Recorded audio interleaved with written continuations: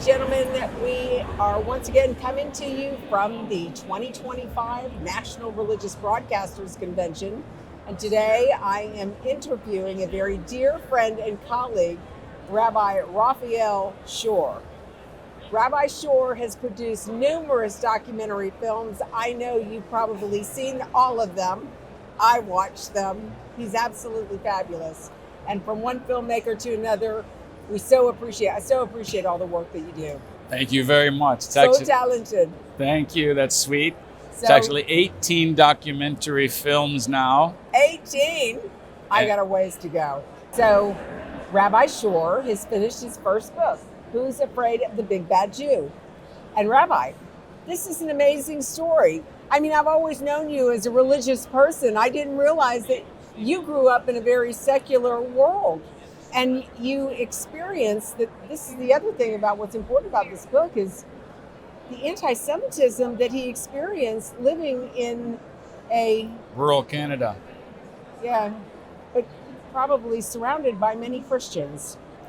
And this is why PJTN exists, because we're educating Christians to stand up against anti-Semitism. And so I so appreciate this. Tell us about this book. Why did you write it? Thank you for having me on your show, first of all. It's great to be with you. I wrote this book. I started writing it 4 years ago. It turned out to be very timely because of October 7th. Oh. But I started 4 years ago, and I really started the research 40 years ago when I was at university, because I had a hunch. I had a hunch that if we understand Jew hatred in a deeper way, right, that we will reveal something very important. And that's what I'm doing in this book.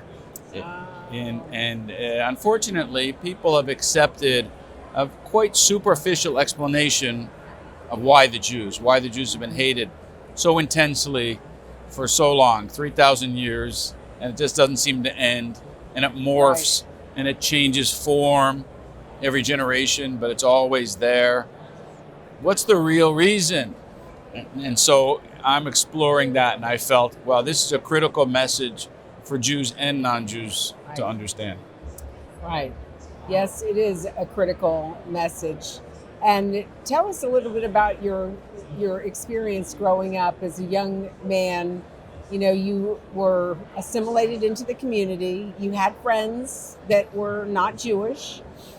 And I was really interested in hearing about the story about how you because you were warned by a friend yeah, that you both were dealing with some anti-Semitism in your community, but you didn't see it. No. So I'm interested in hearing, you know, how you finally came to the understanding, because it obviously was all around you, and they probably were saying things and doing things that you may not have been picking up on. Right. What was it that they did that caused you to say, yeah, maybe there is a problem here? Well, I was growing up in London, Ontario, Canada, and as a very small minority of Jews, very small Jewish community. I went to high school. There was only 20 Jews out of 1,000 people in the school. Wow. And like all people, you want to fit in. Right. And I knew I was Jewish. I was culturally Jewish. I went to Jewish camps. But other than that, I was like everybody else. And I thought everyone else looked at me like everyone else. My friend said, there's actually a lot of anti-Semitism, my Jewish friend. And I said, nah, come on, don't be paranoid. But in grade 12, in the final year of high school, and we had made it to the highest pinnacle of social interaction. We were with the cool kids, the football players, the hockey players.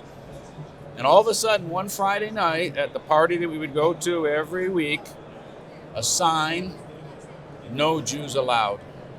This is the first time you see the sign. You've never seen it before. All of a sudden. Never. Oh, wow. Doors locked. Oh, wow. The leader of the pack was my girlfriend's brother. And we didn't know what to do. What do you do in this situation? We were shocked. And we managed to convince them to let us in, which is we shouldn't have done. But I did get in my first and only fist fight that night with my girlfriend's brother, what happened to be. He was a jerk.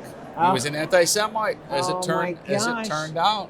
That was a moment, right? That was a moment. And in the book, I explore also how anti-Semitism is a bit of a tool used by God to remind us. Interesting. To remind us. Because the Jewish people, Elie Wiesel called the Jewish people a messenger who got knocked on the head and forgot that we're messengers and forgot the message.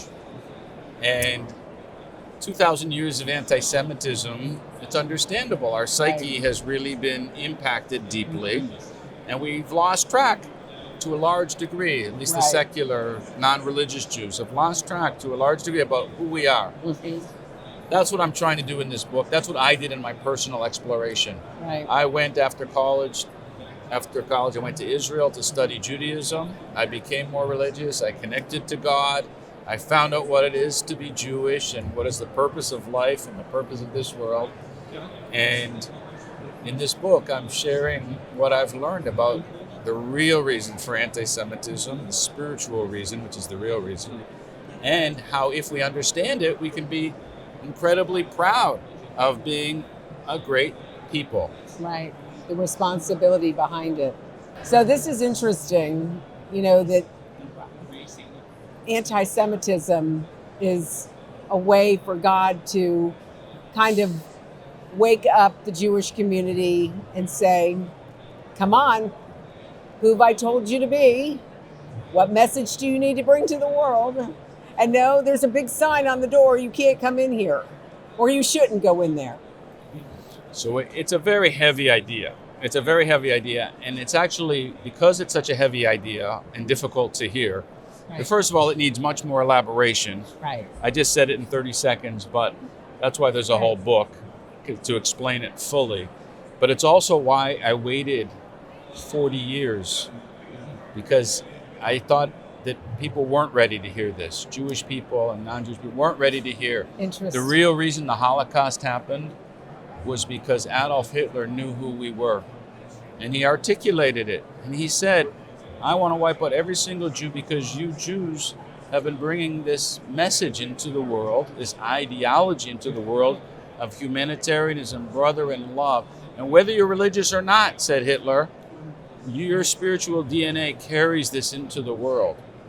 That was his reason for destroying the Jews. Not the conventional wisdom that says he was just a raving lunatic who didn't know what he was talking about. He had a coherent ideology. So hearing that is difficult. It's powerful, it's heavy. And it turns out, even heavier, is that the Torah and the Bible's explanation for anti-Semitism is the same. That at Mount Sinai, hatred came into the world because we were bringing this message in the world, and that causes resistance. The message of becoming responsible human beings, to deal with freedom, to deal with free will, to deal with God. It's heavy stuff. Being Jewish is heavy. So we've forgotten conveniently, and I'm trying to help Jews gain their moral self-confidence and understand who they were, and help non-Jews get on side, help us out too. Right.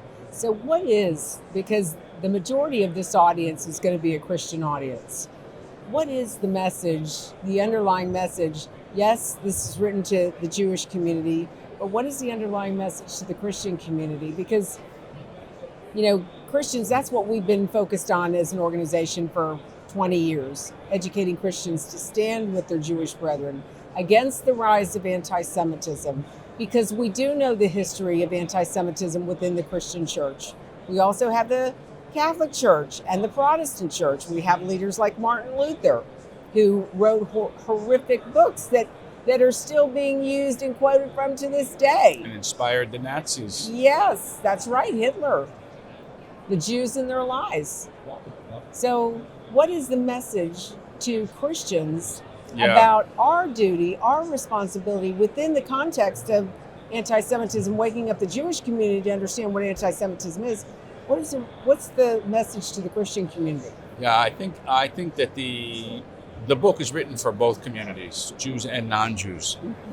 The message is different. I have an entire chapter explaining the universal message, because in the end of the day, this is so relevant for Christians and the general world, because, as you know, what begins with the Jews doesn't end with the Jews. The Jews are the canary in the coal mine, because essentially what we're saying is that this conflict with the Jews is playing out, the behind the scenes is the conflict of being human. It is the conflict of human history. When Adolf Hitler said World War II was essentially Jews against Germans, what he was saying is that there's two worldviews. There's the humanistic worldview of love your neighbor and connect to God and spirituality and rise above your animal inclinations, or become part of the animal world and natural selection and might makes right. And Hitler wanted to bring the world back to that animalistic world that the Jews and Christians had taken the world out of. Right. And so that's the battle that we're facing today. And when the Islamists who have picked up the baton from Adolf Hitler, starting from the Mufti in Jerusalem during World War II, they picked up the anti-Semitism baton, and they're fighting the same war. It's the same war through history. And so what side are you on? Are you on the side of God, on the side of bringing light and values and humanitarianism, peace into the world? In which case, you're on the Jewish people's side. Or are you on the side of darkness and anti-Semitism and closedness, which leads to dictatorships and anti-Semitism and all kinds of nasty things, not just for the Jews. So the message is very universal, and I hope that everybody reads it and we could use all the support. Yeah, as I'm listening to you talk, I'm thinking about what happened to our country over the last 4 years, the previous administration. Mm-hmm. And to see how that administration, the Biden administration, was pushing issues contrary to supporting Israel, which we have a long legacy. Now, I know in our country's storied past, there's been leaders who have been not as friendly to the Jews as like what we see with the current president. Yep. So, I know you said that anti-Semitism is a message from God, but one of the things I hear from my Jewish friends is about the Holocaust. Why did the Holocaust happen? This is the question that I always hear from them when I talk about the work that we're doing with PJTN fighting anti-Semitism. They'll share their stories, their personal stories, their family stories with me. But I also hear the comment, why did he choose us? Why did we have to pay that horrific price? Why October 7th? Why did October 7th happen? Being a religious leader, being a rabbi, I know you studied the scriptures about this. What do we share with our Jewish friends that have that response? Well, obviously, it's a painful and emotional question. It's not easily answered. However, I do. In the book, I explain it. It is something that emotionally can't be explained. Mm-hmm. Why this person had to die, why that person suffered, why that person was raped. On an individual basis, we can't explain God's ways at all. But for the nation of Israel, for the Jewish people, it was built in to the fabric of chosenness.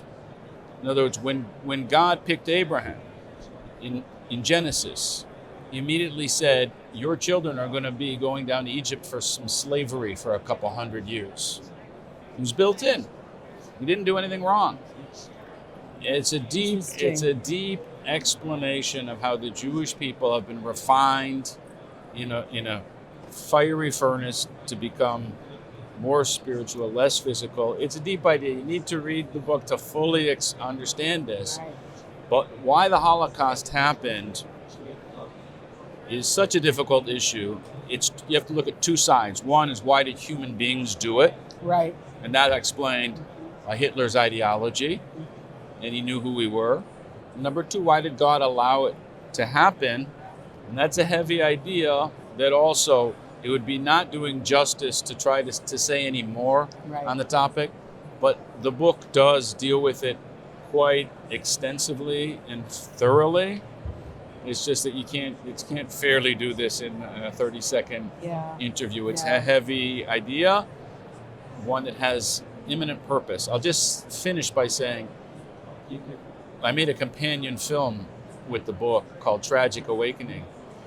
At screenings that I've been doing in the past few months, I've had many Holocaust survivors and children of Holocaust survivors attend. They have come out crying and saying a burden has been lifted from their shoulders. And light, they feel light for the first time, because even if they don't understand it still fully, they knew there was a purpose. They knew there was a reason. Nobody's given them a reason, an explanation why this makes sense in the scope of human history and Jewish history. So I try to do that, and I know that it's what the Jewish people and non-Jewish people need to hear to understand the larger picture. Right. Well, I'm hoping that through our efforts, through reading your book, that our Christian audience will take the time to read it and reflect on what you're sharing here, because I really see Christians coming alongside, much like what Isaiah prophesied, that Ephraim and Judah would unite in the last days. We'd come together against the enemies of Israel from the east and from the west. Right. And I really feel like we're living that out in some manifestation even today, that reality that Isaiah prophesied has come to fruition. And we see it increasing in number, because unlike what happened during the Holocaust in Nazi Germany, there were some Christians who stood up that hid the Jews, that tried to protect them, but the majority of them did not. And today, based on all the research that I've done, this seems like something that is unlike what happened in Nazi Germany. There is this, here we are at the National Religious Broadcasters Convention. Rabbi, when I first started coming to the NRB in 2007 with our first documentary on the anti-Semitism in Christianity, there was only one Israeli Jewish booth, and it was the Ministry of Tourism. It was all about tours. Good for them. It wasn't about teaching the Hebrew roots of the Christian faith or teaching our biblical responsibility to stay with Israel. And I remember as I was, gaining more friends in the Jewish community, I would say to them, especially organizations, you have to come to the NRB, because this is where all the Christian communicators are going to take the message to the world. Yeah. And if you want to be relevant to the Christian community, if you want to get your message across, you got to come where the communicators are, and you have to have a presence, so they'll say, oh, there's something here. We need to be covering this, or we need to be.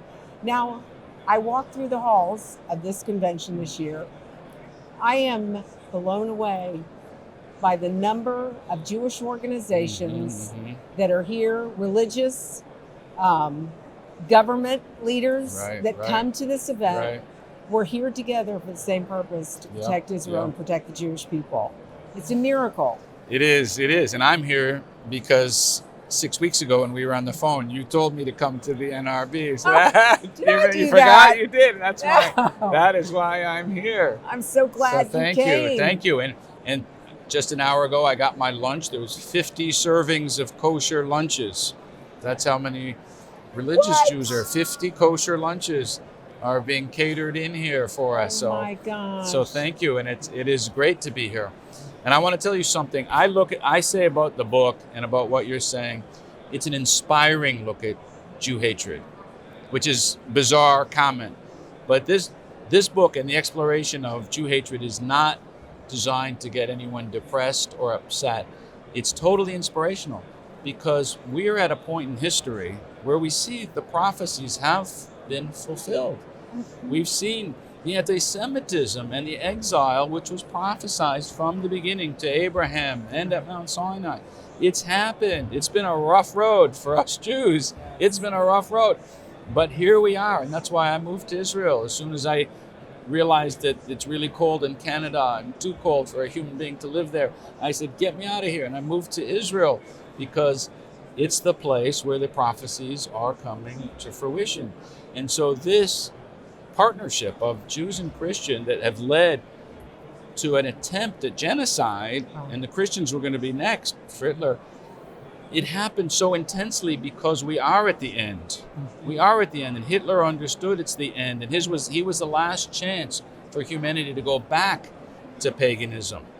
So we're at the pinnacle of history, and it's so great to be Jewish. It's so great to be in partnership with the Christians who understand it, and victory, we're here. It's great. So it's a very optimistic look. Absolutely. There's something I want to just touch on. You talked about, and you've produced several films on jihadism, yes, and Islamism, and the attack on the Western Church, specifically like what happened just last week, I guess it was, where 70 Christians were beheaded in their church by Muslim extremists in the Congo. And you've been talking about this for many years through your films. In a closing statement to the Christian audience, why is it important to those Christians who may watch this that may say, "Oh, that's nice, but I'm not going to read the book. I'm not interested in building relationship." You know, one of our dear friends always talks about you have to show how they have skin in the game. Right. I know and who you're talking so about. if there's a message that you could speak to the Christians to help them connect the dots that may be hesitant or think Right. it's not important for us to unite with the Jewish community, what would you say to them in light of the very real threat that Christians now are facing around the world? Yeah. Thank you for asking. I mean, the answer is that whether you like it or not, we are on the same side of history. When Adolf Hitler came to the Jews to do genocide, he didn't say who's religious and who's not religious, who's educated, who's not. Every Jew was a target. Christianity was the next target. When evil comes into the world, it's going to go for the Jews and it's going to go for the good people.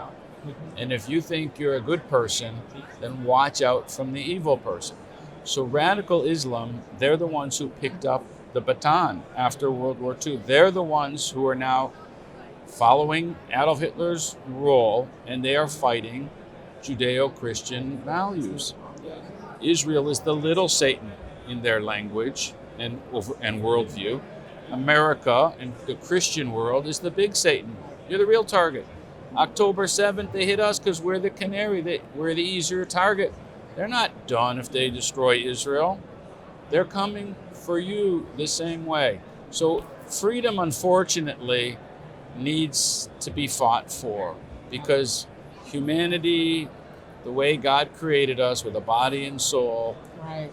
means that means we struggle. And the forces of darkness are always going to be fighting the forces of light, at least till the last chapter. And we are in the last chapter, and whether we like it or not, if we're on the side of light, we need to fight for it, we need to stand for it. And that means we're in the sandbox together. So let's be together and let's do what we can to make the world a brighter place. I love that message. Thank you. Ladies and gentlemen, Rabbi Raphael Shore and Who's Afraid of the Big Bad Jew. I want to encourage you all. Where can they find this, Rabbi? It's on Amazon and all the booksellers. It's available for everybody. And then the companion film, Tragic Awakening.